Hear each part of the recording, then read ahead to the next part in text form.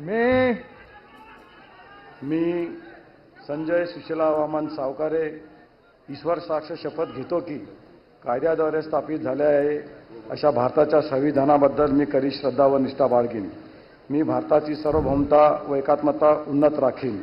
मी महाराष्ट्र राज्याचा मंत्री म्हणून माझे कामे निष्ठापूर्वक व सत्सद्विधीने पार पाडीन आणि संविधान व कायदा यानुसार सर्व दरीच्या लोकांना मी निर्भयपणे व निपक्षपातीपणे तसेच कोणाच्याही विषयी ममत्वभाव किंवा आकस न बाळगता न्याय वागणूक देईन.